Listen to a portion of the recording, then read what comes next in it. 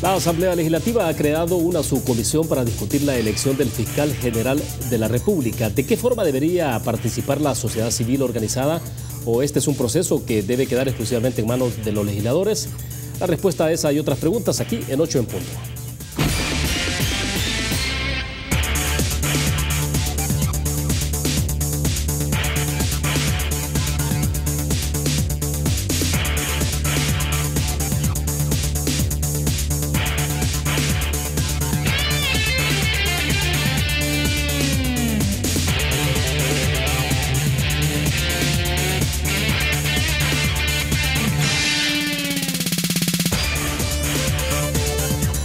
Este es el momento de todos. Banco Agrícola nos hace un llamado a la reflexión, a que nos demos cuenta que este es el momento de hacer que las cosas sucedan, de superar adversidades y sobrepasar límites. Es nuestro momento de construir un mejor país todos.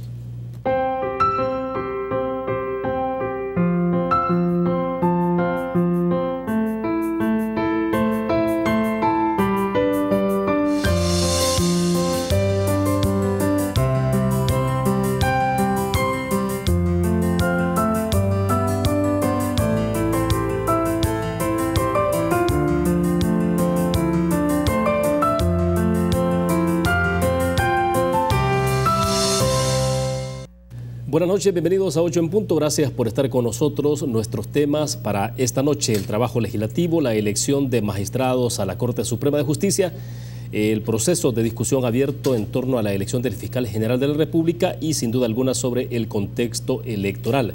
Queremos agradecer esta noche que nos acompaña en nuestros estudios Norman Quijano, presidente de la Asamblea Legislativa y diputado del partido de oposición Alianza Republicana Nacionalista Arena. Doctor, bienvenido. Un gusto, buenas noches. Muchas gracias, William. Gracias por invitarme. Buenas noches, amables televidentes. Bueno, doctor, entonces, por fin, el pasado viernes entonces hubo elección de magistrados. Sí.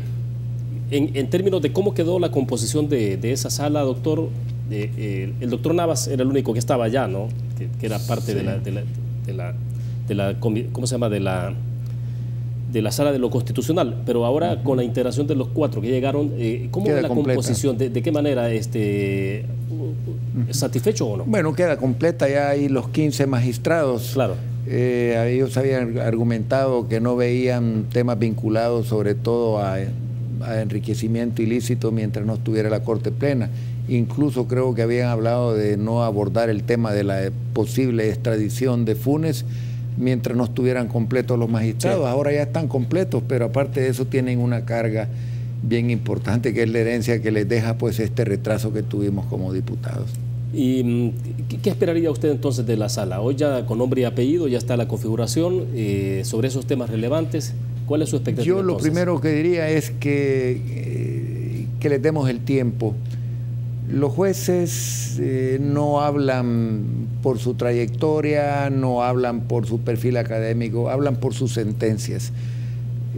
Si tú ves la configuración de la anterior sala, habían magistrados cuyo pensamiento muy seguramente, y no me cabe la menor duda, pues era de izquierda, pero a la hora de actuar quizás ni el FMLN esperaba que ellos tuvieran una conducta mayoritariamente pues apegada a la Constitución, porque hubo algunas sentencias que evidentemente muchos no compartimos, pero que dejó un buen recuerdo, dejó un precedente importante en la vida jurídica del país, institucional del país, y que eso hace que la exigencia se vuelva mayor para los magistrados que recién elegimos el viernes, porque ya el ciudadano ya puede aquilatar y hacer un paralelo, una comparación entre la anterior sala y la actual, y va a ser muy demandante y muy exigente.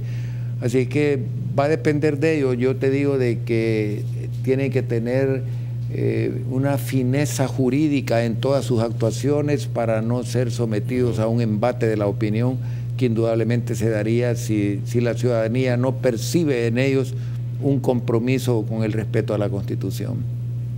Ahora, se prolongó demasiado la elección de magistrados. ¿Es un costo muy alto, doctor, para la institucionalidad? Sí, es muy alto y lo hemos pagado la clase política. Yo nunca eludo mi responsabilidad, mi compromiso con mis compatriotas.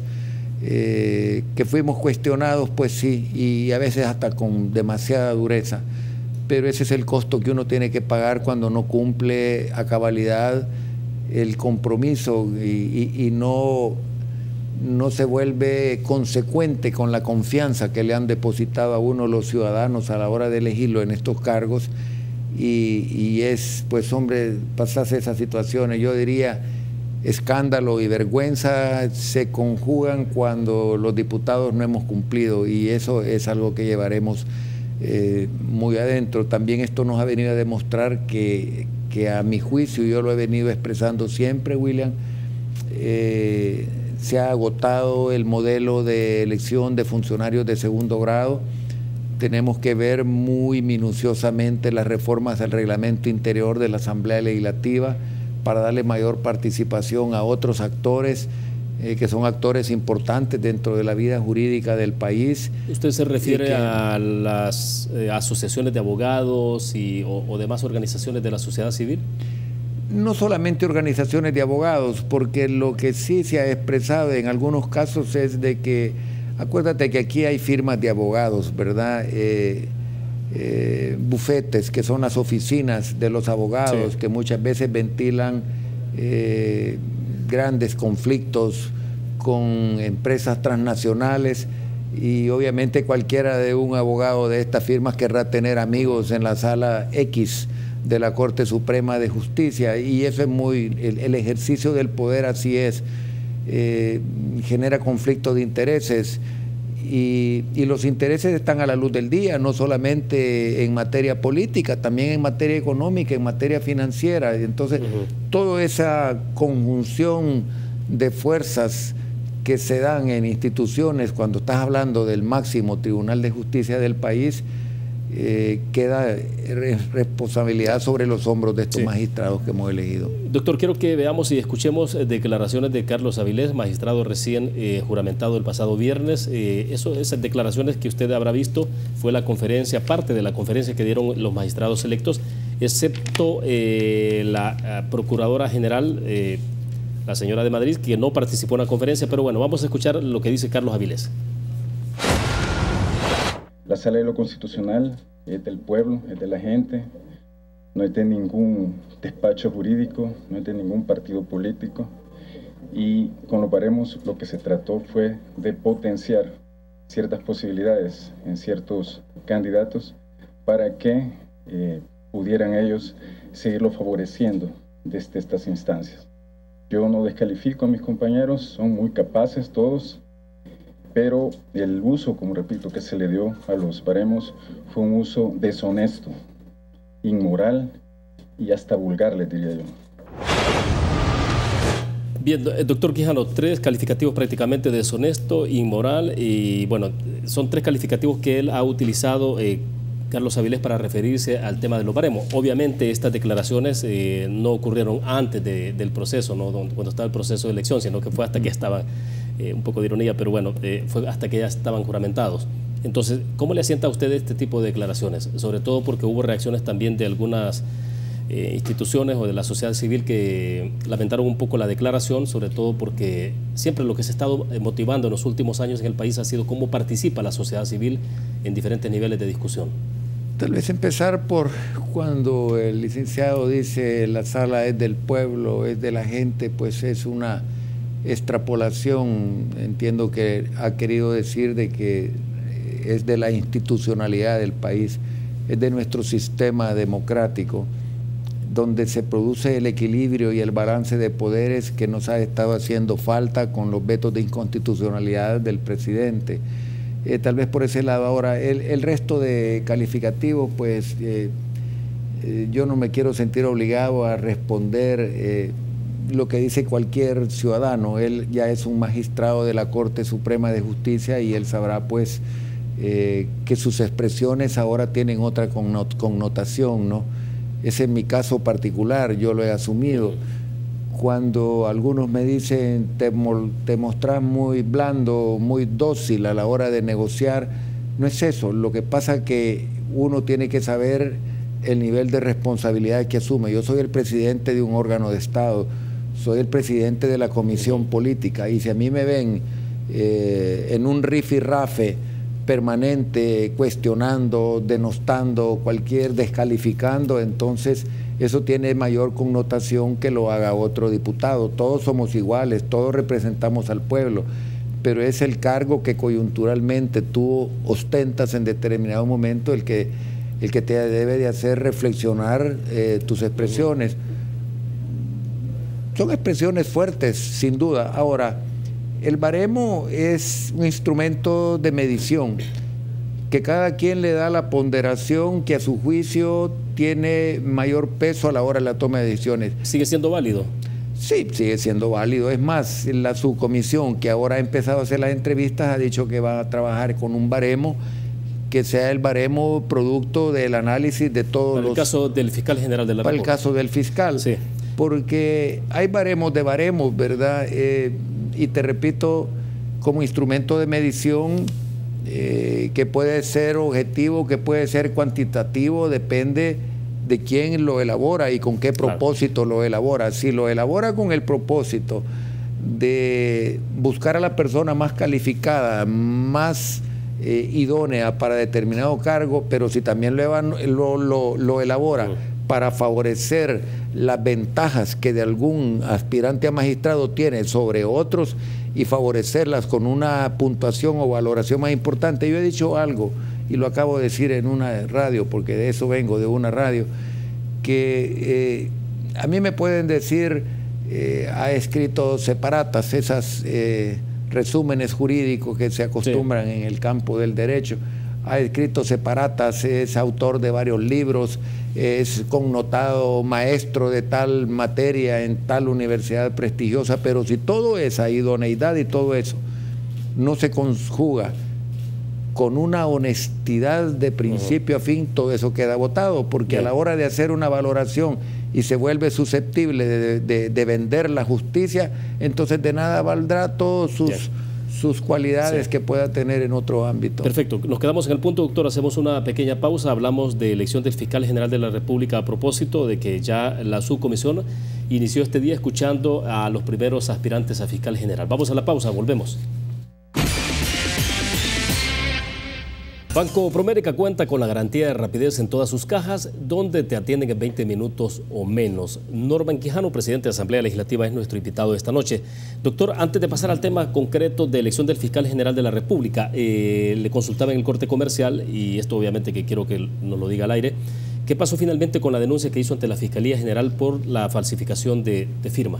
Se presentó a eso de las 2:55 de la tarde de la misma mañana que lo hice público. En concreto, ¿cuál es la denuncia, doctor? Mira, falsificaron el sello de la presidencia de la Asamblea, falsificaron mi firma, falsificaron el logo de la UASI, la unidad de Administración y Contratación, ¿verdad? La unidad de adquisiciones. Todo eso falsificado, lo enviaron a un proveedor requiriendo bienes, cerca de $7,000, no tenía otra alternativa. Eso es un delito, tú sabes, y cuando eso sucede y tú no lo denuncias, no sabes cuántas veces te han falsificado y cuántas veces han pedido cosas con tu nombre, porque dice presidente de la Asamblea Legislativa, doctor Norman Quijano, y cuando mi secretaria me lo pone en mi escritorio, por cierto, ya eso de las 6:30 de la tarde, si mal ¿Ya está no hablando de recuerdo, documento físico? Sí, porque lo bajaron, pues, ¿verdad? Sí. Pero era electrónico, y cuando ya me lo pone en mi escritorio, yo lo veo y le digo, y esa no es mi firma, ¿verdad? Al no ver, esa no es mi firma. De eso vengo a hablarle, doctor, me dice, es una mala noticia. Lo hice público inmediatamente. Te repito, uno tiene que salvaguardar su honor y su imagen, pues, sobre todo los diputados, que somos tan cuestionados permanentemente, y uno sabe que en el ámbito de la política, cuando tú no reaccionas a tiempo y alguien te dice algo y lo repiten 1000 veces y al final te sigue el resto de tu carrera política. Entonces digo, a lo mejor este señor o estos... Te quiero comentar algo. He sabido de que dentro de la administración pública está sucediendo muy frecuente. Puede ser alguna banda de mafiosos que falsifican. O sea, no necesariamente gente cercana a usted. Yo no, yo no creo. No, yo lo rechazaría. Yo sé la gente que está cerca mío, es gente de absolutamente, pero es gente que ha manipulado absoluta confianza, que tiene ratos de estar conmigo. No, pero lo que me decían es de que en varias instituciones públicas están sucediendo cosas similares. Parece que son redes de mafias, ¿verdad? Pero eso era por un orden de casi $7,000. ¿Y qué tal si están haciendo un requerimiento de 80,000, 100,000, 2,000? Las instituciones tienen proveedores grandes de determinados bienes o servicios. ¿Y será fácil seguir la cadena un poco de dónde se originó ese documento? Mira, yo no puedo conjeturar porque el que menos puede hablar de eso es este servidor. Yo presenté a las 2:55 de la tarde, lo detectamos a las 6. Yo estaba en el despacho firmando en mi escritorio cosas, 6:30 de la tarde, ya a esa hora no hay nadie en la asamblea, yo siempre me quedo en la noche revisando la parte administrativa y lo veo, y al siguiente día inmediatamente lo dije a la prensa, porque te repito, yo me fui a acostar esa noche con la preocupación y dije, bueno, ¿y qué tal? Y después me dicen, mire, usted mandó a pedir esto con su firma y todo. Y ese mismo día a las 2:55 se presentó el oficio, un anuncio a la Fiscalía, y será la Fiscalía, William. Yo no puedo descartar de que en alguna unidad de la Asamblea puede haber algún cómplice que facilitó sellos o facilitó cosas para hacer, pero eso no lo puedo asegurar tampoco. Yo prefiero que sea la Fiscalía la que determine las circunstancias y las consecuencias. Sí. Hablemos de elección del Fiscal General de la República, doctor, porque hoy por la tarde la Fundación para el Debido Proceso, DPLF, subió un tuit donde hacía un poco de cuestionamiento sobre ese tema. Vamos a mostrar en este momento el texto, lo tenemos ahí en pantalla. Vamos a ver si es posible. Ahí está. Dice, todavía no aprueba las reglas para evaluar dice, la Asamblea Legislativa todavía no aprueba las reglas para evaluar a los candidatos a la Fiscalía, pero ya los está entrevistando. ¿Dónde están las reglas que regulan la entrevista? Si no hay reglas previas, ¿cómo saber cuál es su objetivo y vigilar que no sea aplicado arbitrariamente?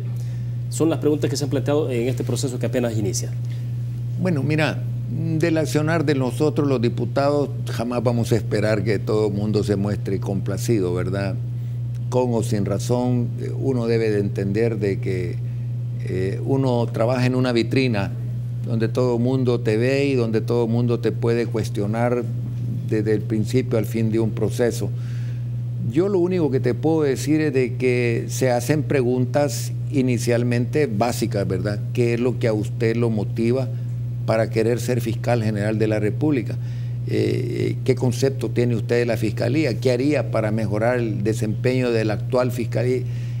Porque son las cosas primarias, fundamentales, que son las que les preguntan, pero después vienen preguntas obviamente más serias. Demasiado básico también en el tipo de preguntas, o sea, que allí te puedes formar una idea de la facilidad de expresión, de la profundidad de su conocimiento de la institución, o si la desconoce totalmente.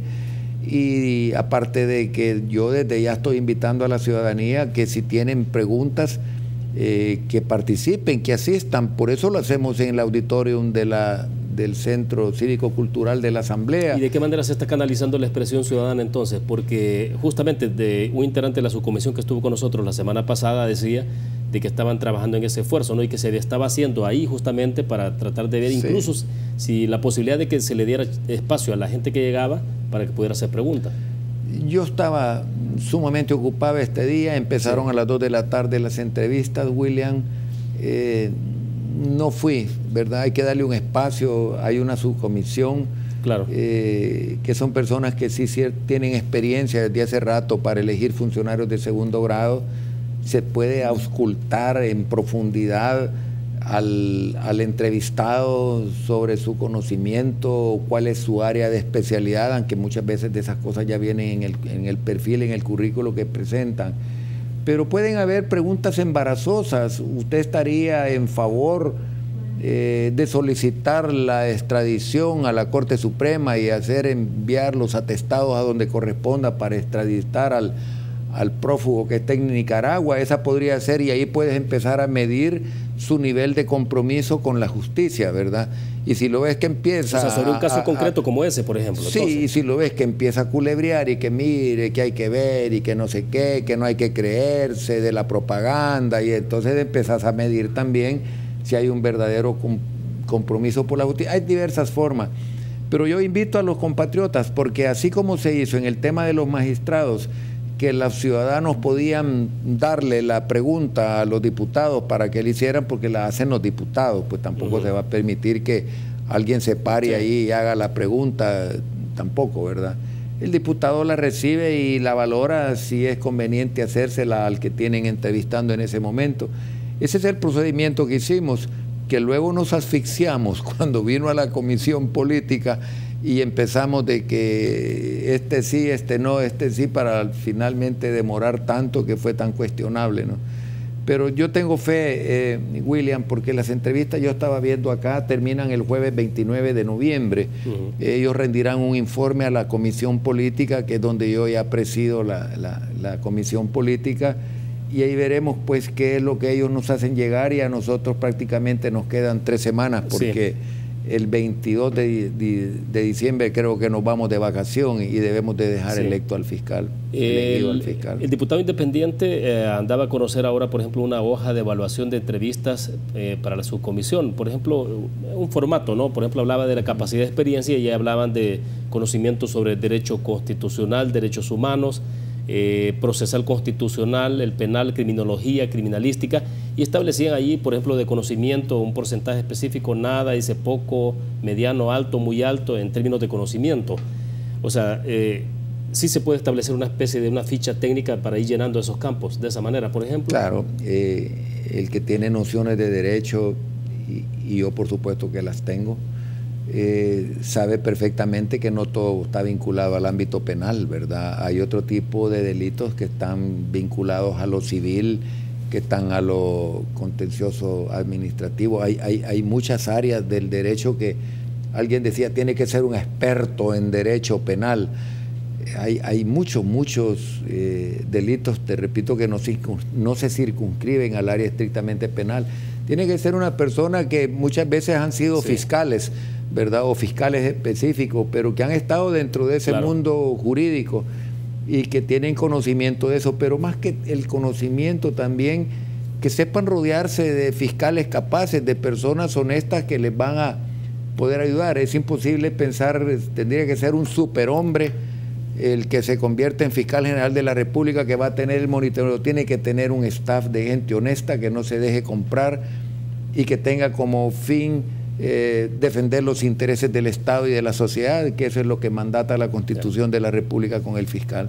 Bien, nos quedamos en ese punto, doctor. Hacemos una pequeña pausa. Volvemos. Es un gusto que siga con nosotros. Conversamos con el doctor Norman Quijano, presidente de la Asamblea Legislativa, y nos quedamos en el punto de elección del fiscal general de la República, doctor, y me gustaría saber un poco, Douglas Meléndez está incluido en la lista, ¿no? Son 33 en total, ¿no? Sí. Y él está en la lista. ¿Usted daría el voto por Douglas Meléndez? Sí. Quizás es un poco improcedente que por el cargo que ostento y porque es una valoración que está haciendo una subcomisión, pero tampoco me puedo retractar de lo que he dicho anteriormente. A mí me gusta ser claro y llano en mis expresiones. A mí hará unos 15, 20 días, no sé cuánto, me preguntaron que cómo consideraba el desempeño de él, y yo dije que me parecía muy aceptable, que había sentado paradigmas, precedentes importantes, que era una persona valiente, que no obstante que el gobierno no le había provisto de los recursos que él ha demandado desde que llegó, pues ha venido haciendo teniendo un buen accionar. Te repito, yo creo que lo que está a la vista no necesita anteojos, William, y quizás yo he sido muy claro en esto también al decir que es una valoración personal, que mi partido Arena no ha hecho una valoración todavía. El proceso apenas ha iniciado ahora. Claro, o sea, como un voto individual, digamos. Como un voto individual, cuando me lo han preguntado, yo considero pues de que el licenciado Douglas Meléndez, a mi juicio muy personal, reitero hasta la edad, no de mi partido Arena, a mi juicio personal ha hecho una buena labor.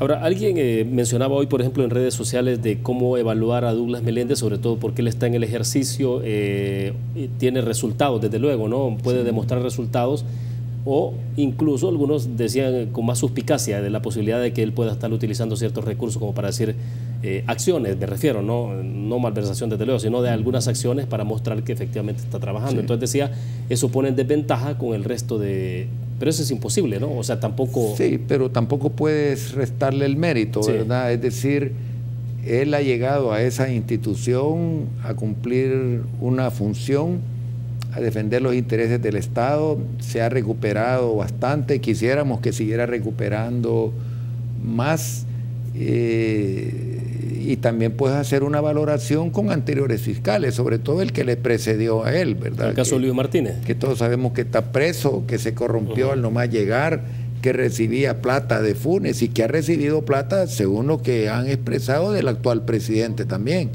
Entonces, eso obviamente estará en investigación.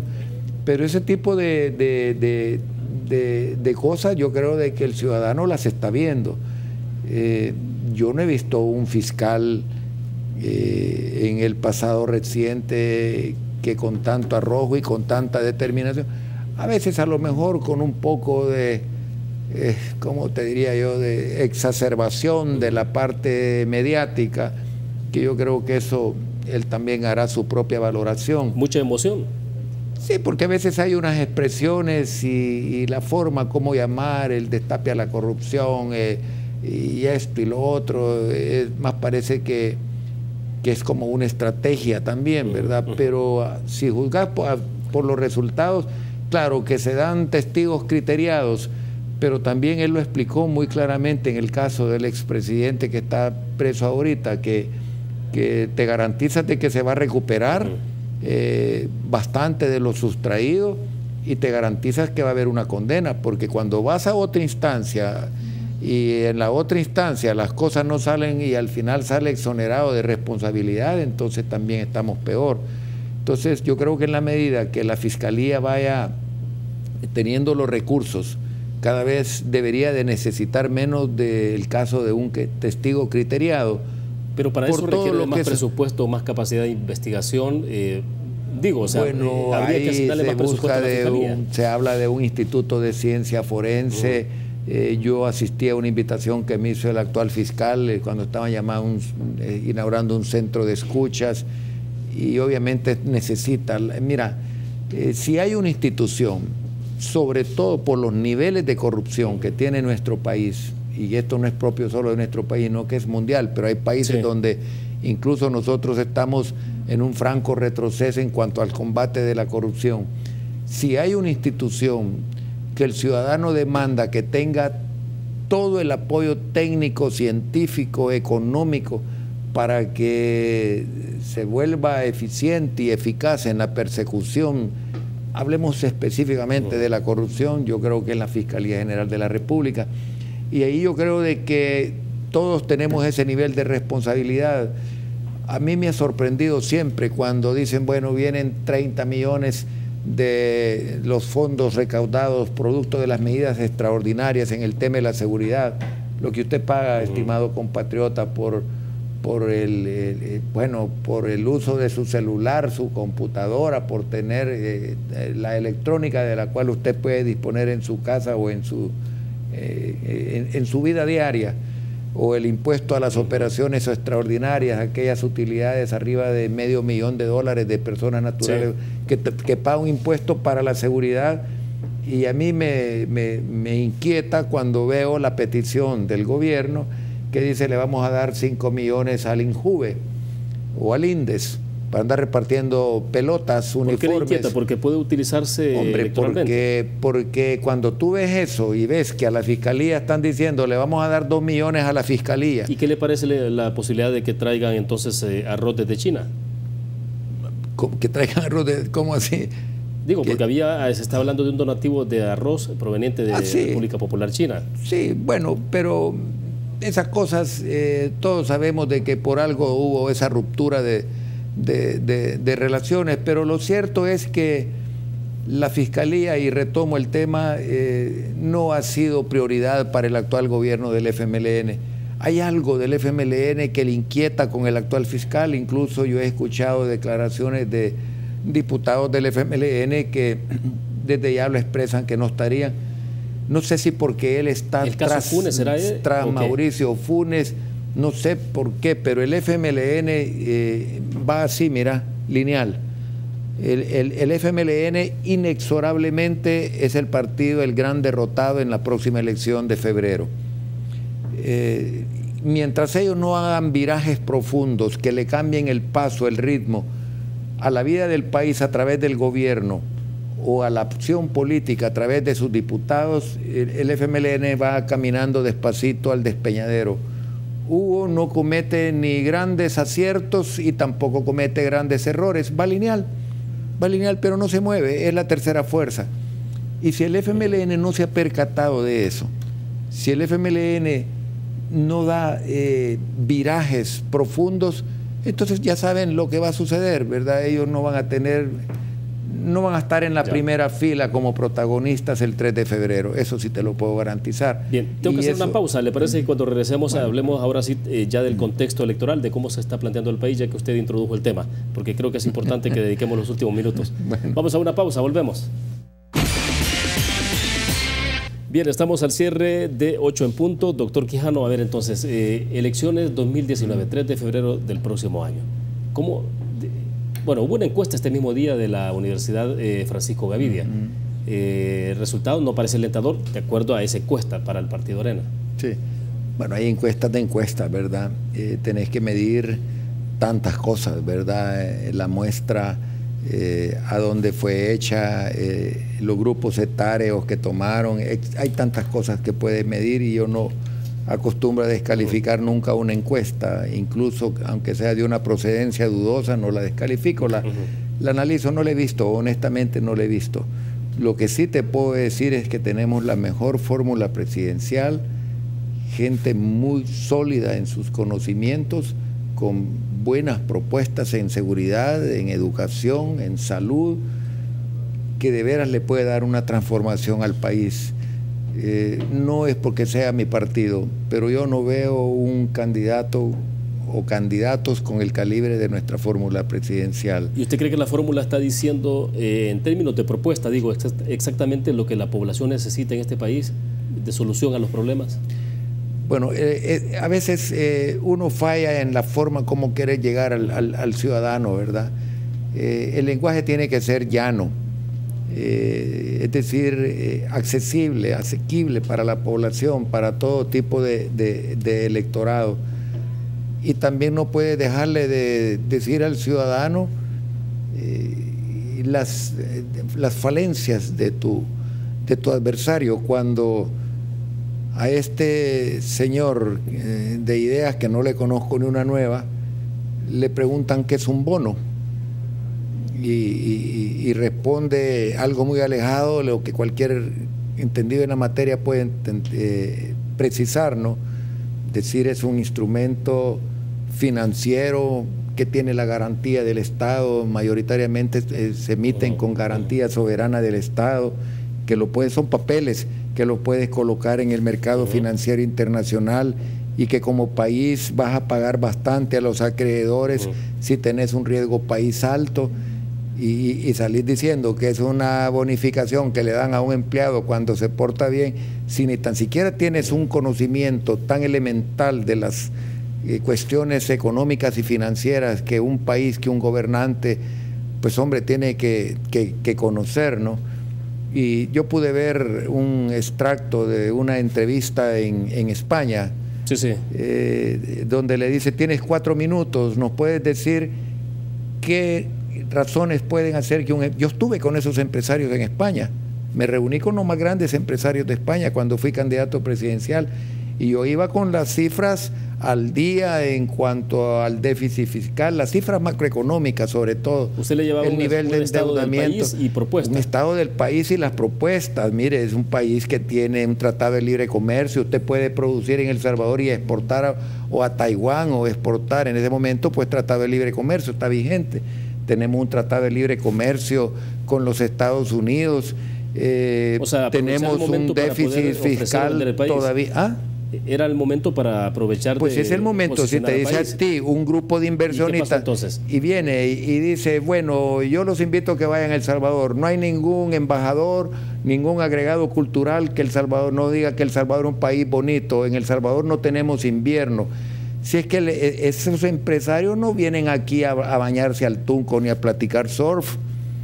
Ellos no vienen al Cuco, no están preguntando si es bonito, si les va a gustar el Cerro Verde, el volcán de... No, ellos quieren conocer las cifras macroeconómicas del país, la estabilidad política, la estabilidad jurídica, los elementos importantes que toma un inversionista a la hora de pretender llegar a un país. Quiere saber si hay grandes acuerdos políticos, si no hay mucha polarización. Tiene que ver el nivel de endeudamiento, tiene que ver que es una economía dolarizada, que el país no tiene, como te diría, política económica, pero que también se convierte también en una ventaja para el inversionista porque no va a ser conversión de moneda. Sí. O a que salen a cual. Entonces, hablar de las bondades que pueden hacer, tenemos esto y es decir. Y si tú vas a España a decir que vean, porque es un país bonito, no hay nadie que vaya allá que no diga que es un país bonito, tenemos un clima estable, y que no, si es que eso no les interesa. Entonces, y esa es la persona que quiere ser presidente, yo creo que es mejor que vaya a la universidad a estudiar, mejor ahí se va a aprender un poquitito y que después se lance dentro de unos 15 años. Bueno, doctor, el tiempo se nos ha agotado. Gracias que haya compartido con nosotros. Hemos conversado de varios temas. Bastante rápido, pero hemos aprovechado William, el tiempo. Gracias por invitarme, ha sido un gusto. Pasen buenas noches, amables televidentes. Perfecto. Gracias a ustedes que nos acompañaron. Nos vemos mañana 8 en punto. Buenas noches, que descansen.